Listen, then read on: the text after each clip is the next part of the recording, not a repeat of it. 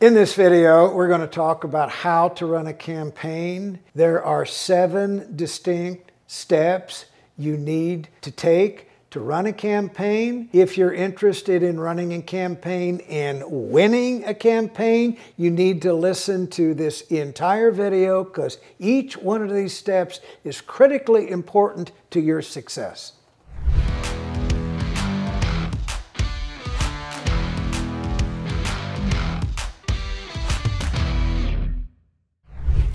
We're going to start by talking about what you need to know about your jurisdiction, the information you need to have between your ears, the steps that you're going to take thereafter to put things together, and we're going to talk about what I call the big 3 of running for office: your message, your money, and your advertising. Like I said, all of this is important. Stay with me. First, let's talk about your jurisdiction. You're going to run for office, and you're going to appeal to a wide swath of people in your jurisdiction. Let me just ask you, wouldn't you think that the more you know about these people, the better kind of campaign you'll run?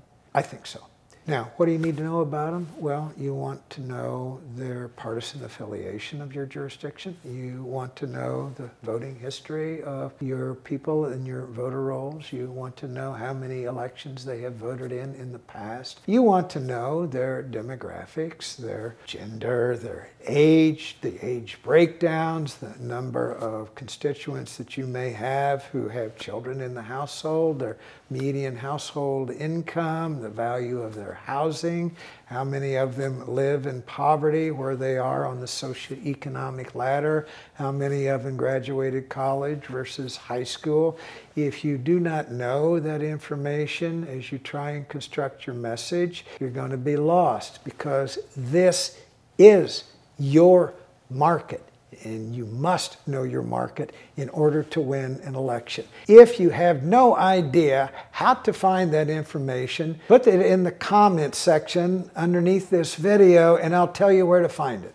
I mentioned you need some information. Well, here's some information that's critical to you. If you have picked the office that you're running for, you need to understand backwards and forwards all of the responsibilities that come with the job that you are seeking. Because inevitably during a campaign, you're going to be asked questions that pertain to your responsibilities in that job you want. And if you have no idea what that person is talking about because you didn't know that might be one of your responsibilities, or you didn't know that you got nothing to do with that subject in this position, you're going to look a little bit foolish. So do yourself a favor. This is like a long job interview in a political campaign. You really ought to understand the job you're seeking because you're asking for the power to do it. Take the time and know the full set of responsibilities that come with holding the job.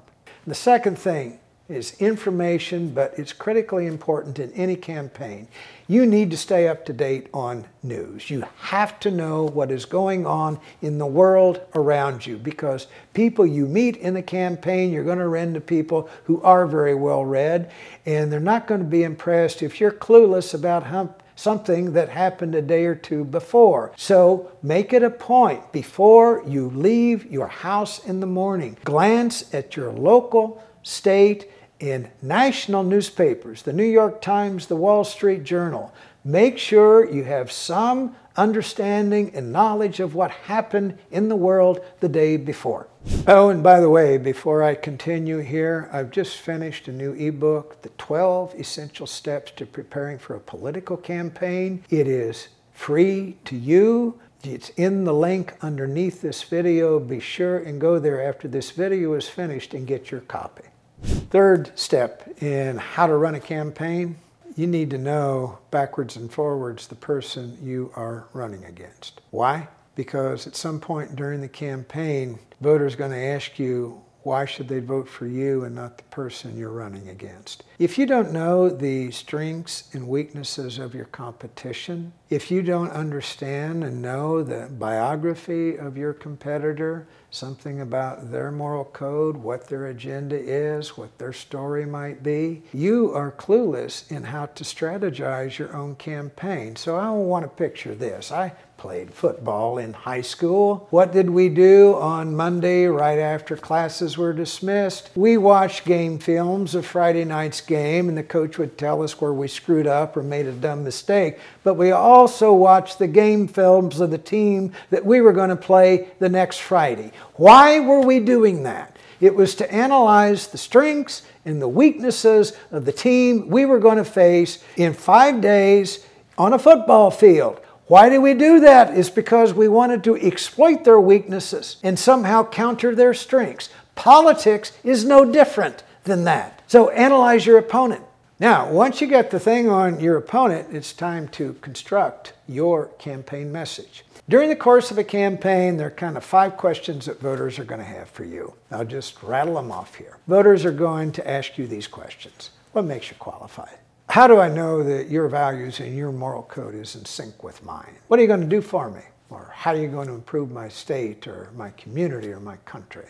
How do I know I can trust you? What makes you better than your opponent? Now, it's incumbent upon you during the course of a campaign to answer every single one of those questions. Voters are not going to go looking for the answers to that. They're going to expect you to tell them in your campaign advertising or in the handouts that you produce in your campaign.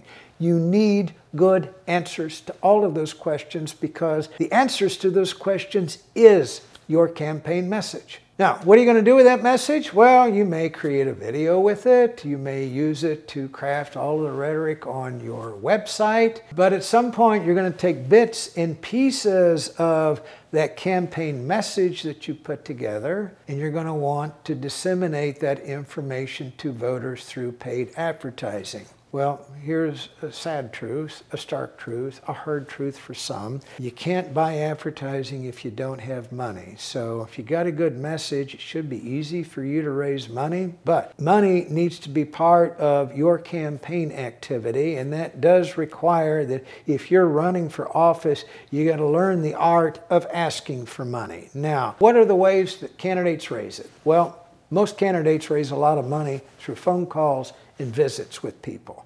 And who are the people most likely to give to a candidate when a candidate asks? The people who already know you, the people who already like you, the people who would recognize your face if they ran into you in Paris, France, the people who recognize your voice. Those are the people you know. They already have some idea of your character. So start with family, close friends, relatives. That's where you begin to raise campaign money. Now, you will need to broaden your horizons here as you seek money. There are people in your community who've given before to political campaigns. There are people that you may already know who are well-heeled people who are capable of giving you a sizable contribution. And here's the art of this. You find 5 donors who are willing to contribute generously to you. You have 5 kernels of corn. Well, what do you do with a kernel of corn? Well, if you're trying to grow more corn, you plant the corn, and you water it, and you fertilize it, and you make it grow. So the 5 donors that you got to give you a nice campaign contribution at some point pretty quickly after they gave it, you're going to go back to them and say, you made a major investment in me. I'd like to help you get a return on that investment by being elected. Now, who do you know who can do what you did? In other words, what you're asking them to do is open up their mobile contact list to you to put you in touch with other people who have money. Here's a little dirty little secret about money and politics. People who have money know other people who have money. So that's the beginning of ways that you can grow your money tree. Now, political parties also give to candidates. You can raise money in a political campaign through direct mail. You can raise it through digital advertising. You can do Facebook ads and raise it that way. You can text people. You can email people. You can do cocktail parties, dinner parties. You can even do celebrity events in your community. But my point is, in talking about campaign money, is you cannot ignore that task because without it, there is no money to pay for advertising. Now, there are lots of ways to advertise a campaign message. Facebook ads, digital ads, persuasion mail, radio ads, certain kinds of TV ads. All is in the mix, and it's a great way to reach a broad swath of people over the course of a campaign. I would not recommend that you try and do that all by yourself. Look, there are people who specialize in that. People that you can say, this is the campaign message. Why don't you put together the words and the ads that clearly convey what it is I stand for? My background, my bio, my moral values, and so on. Those who know what they're doing know how to do that. Your main agenda in hiring your advertising team is hire people that you trust, with whom you have a chemistry. Hire people that are loyal to your ambition to win that office. Make sure you know how they're earning their money. Those are kind of fundamentally the major cogs in the wheel. Message, money, advertising. And I'm going to stop with this final suggestion. If you're running for the first time, do not try and do this on your own. There are people in your community who've run and won campaigns in the past. Go talk to them and ask them how they did it. There are professionals all over the country, and a lot of them are very good people who love helping candidates like you win. Sure, do they cost money? Of course they do. But if they cost you a little bit to help you get something that you want, the power that comes with the office so that you can help masses of people, they're well worth what you pay for them. Before I go, make sure you get a copy of that book, The 12 Essential Steps to Prepare for a Political Campaign, in the link below.